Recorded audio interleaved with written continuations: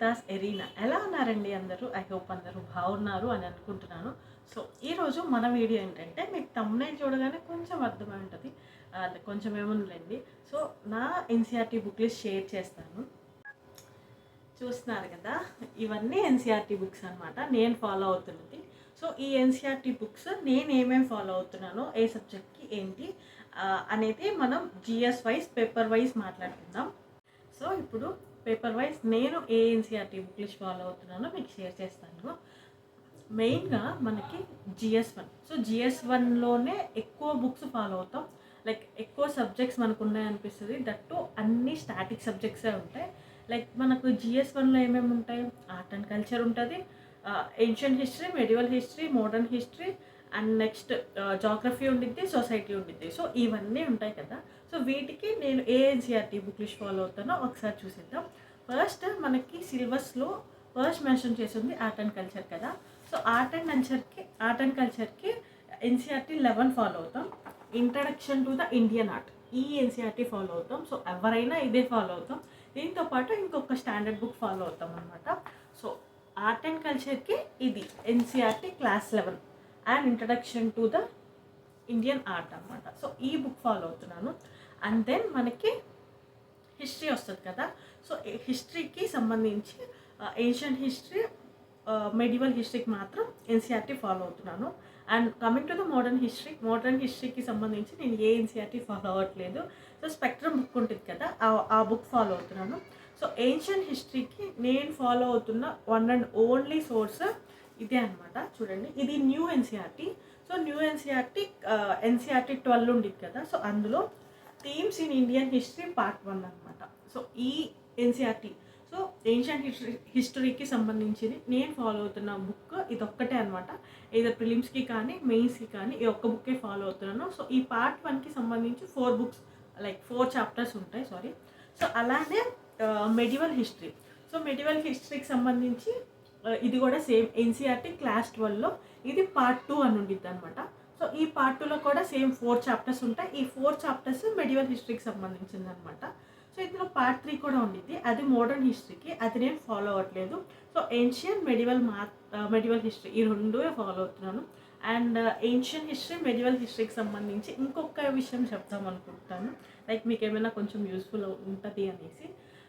Like మనం ఏ subject చదువుతున్నా కానీ ఇన్పుట్, అవుట్పుట్ రేషియో చూసుకోండి. అంటే సో, మనం ఎంత ఎఫర్ట్స్ పెడుతున్నామో సో, ఆ ఎఫర్ట్స్‌కి తగ్గట్టు క్వెషన్స్ వస్తున్నాయా ఎగ్జామ్‌లో అనేది ఒక్కసారి చెక్ చేయండి. ఆ సబ్జెక్ట్‌కి రిలేటెడ్‌గా. అంటే like for suppose polity Laxmikanth book తీసుకోండి. ఆర్ ఎల్స్ పాలిటీ సబ్జెక్ట్ తీసుకోండి. మనం లక్ష్మీకాంత్ బుక్ చదివితే సో, లక్ష్మీకాంత్ బుక్‌తో పాటు ఒక ఎన్‌సీఈఆర్‌టీ ఫాలో అవుతాం. సో, దాంతో పాటు జడ్జ్‌మెంట్స్ కోసం ఏమైనా ఫాలో అవుతాం. సో, ఇలాగా సపోజ్ పాలిటీకి మనం ఒక 2 బుక్స్, 3 బుక్స్ రిఫర్ చేస్తున్నామంటే ఎగ్జామ్‌లో మనకి అంత అవుట్‌పుట్ లైక్ అన్ని క్వెషన్స్ వస్తున్నాయా అని చెక్ చేసుకోవాలి. మనం ఒకసారి ప్రీవియస్ ఇయర్ పేపర్స్ చెక్ చేసుకుంటే మోస్ట్‌లీ పాలిటిక్స్ సంబంధించి లైక్ ప్రిలిమ్స్‌లో కానీ, మెయిన్స్‌లో కానీ వెయిటేజ్ చాలా మంచిగా ఉండిద్ది. ప్రిలిమ్స్‌లో అయితే ఎవ్రీ ఇయర్ చేంజ్ అవుతూ ఉంటాయి కదా! చెప్పలేము. బట్ మెయిన్స్‌కి మాత్రం cut off almost 50-70 marks weightage ఉంటదనమాట పాలిటీకి. సో, మనం పాలిటీకి అంత ఎఫర్ట్స్ పెట్టొచ్చు. అదే మీరు ఏన్షియంట్ హిస్టరీకి కానీ, మెడివల్ హిస్టరీకి కానీ చూసుకుంటే ఏన్షియంట్ హిస్టరీ లైక్ మనకి మెయిన్స్‌లో ఓన్లీ ఆర్ట్ అండ్ కల్చర్ సబ్జెక్టే ఉండిద్దనమాట. So, art and culture subject ancient history, medieval హిస్టరీతో రిలేట్ చేస్తారు. సో, అలా మనం చెక్ చేసుకుంటే ఇదర్ ప్రిలిమ్స్‌లో కానీ, మెయిన్స్‌లో కానీ చెక్ చేసుకుంటే ఏన్షియంట్ హిస్టరీకి సంబంధించి ప్రిలిమ్స్‌లో ఒక 1 ఆర్ 2 క్వెషన్స్ మాత్రమే వస్తాయి.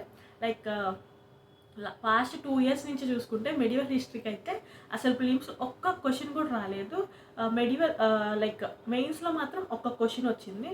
సో, ఇంకొకటి ఏంటంటే ఏన్షియంట్ హిస్టరీ అండ్ మెడివల్ హిస్టరీకి మనం ఎంత చదివినా కానీ ఇంకా ఏదో చదవాలి ల్యాక్ ఆఫ్ కంటెంట్ అనిపించింది. సో, నేనేం చెప్పాలనుకుంటున్నానంటే ఏదైనా ఒక్క సోర్స్ ఫాలో అవ్వండి. ఆ ఒక్క సోర్స్‌ని లైక్ 2-3 టైమ్స్ రివైజ్ చేసి ప్రీవియస్ ఇయర్ క్వెషన్స్‌తో అనలైజ్ చేసుకోండి.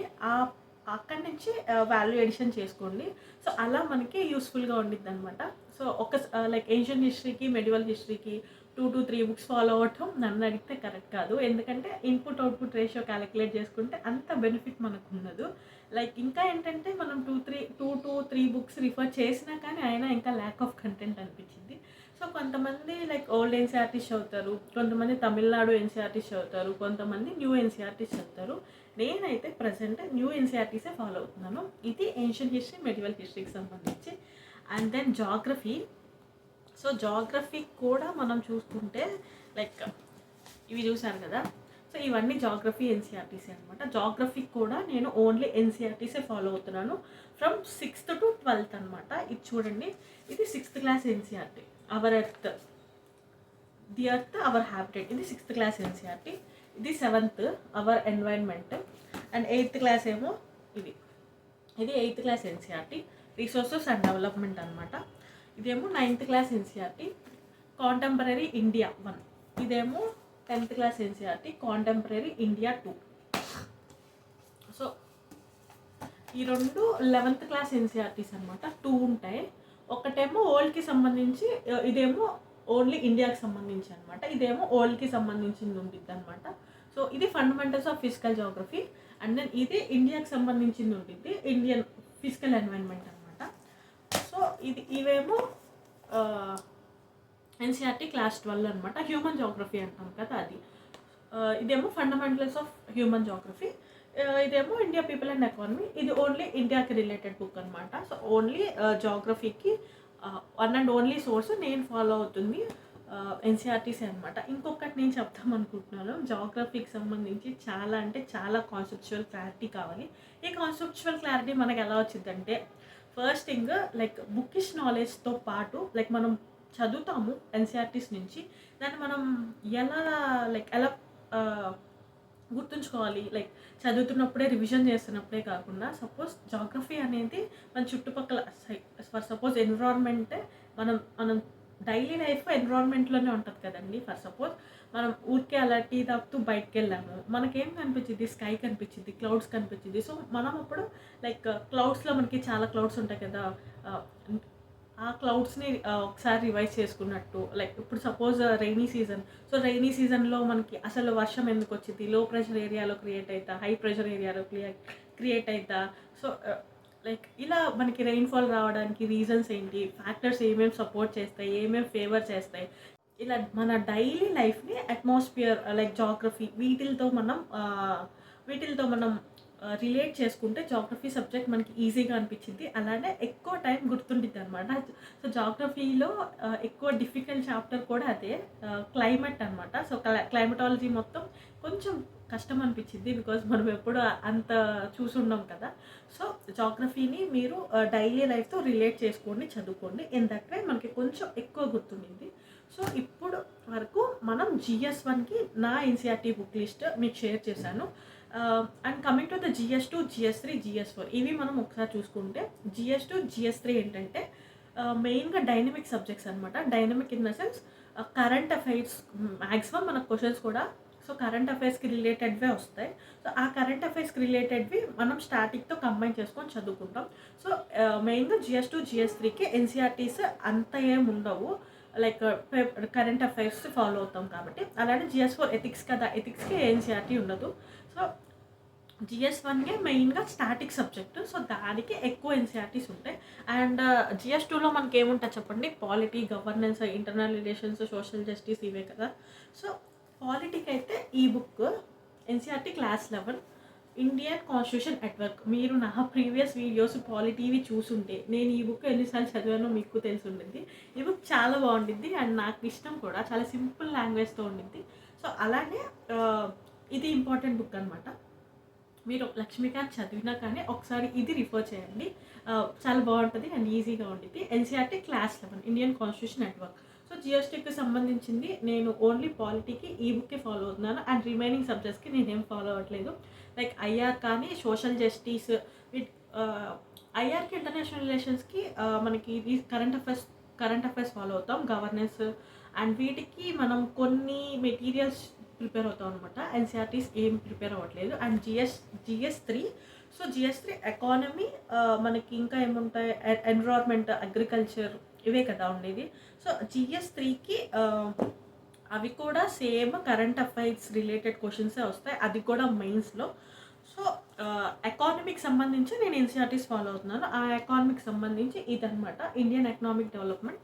ఇది క్లాస్ 11, ఇండియన్ క్లాస్ 11 అనమాట. సో క్లాస్ 12లో ఏమో ఇది మ్యాక్రో ఎకనామిక్స్, ఇది మైక్రో కాదు మ్యాక్రో ఎకనామిక్స్ అనమాట. సో ఎకానమీకి ఇది ఫాలో అవుతున్నాను. సో ఇదన్నమాట నా ఎన్సీఆర్టీ బుక్ లిస్ట్ మొత్తం మీకు షేర్ చేశాను. అండ్ మీకు యూపీఎస్సికి సంబంధించి మీకు ఏమైనా డౌట్స్ ఉన్నా లేదా మీకు ఎలాంటి వీడియోస్ కావాలన్నా నాతో కామెంట్ సెక్షన్లో షేర్ చేసుకోండి. అలానే కదా మనం మాట్లాడుకోగలుగుతాం.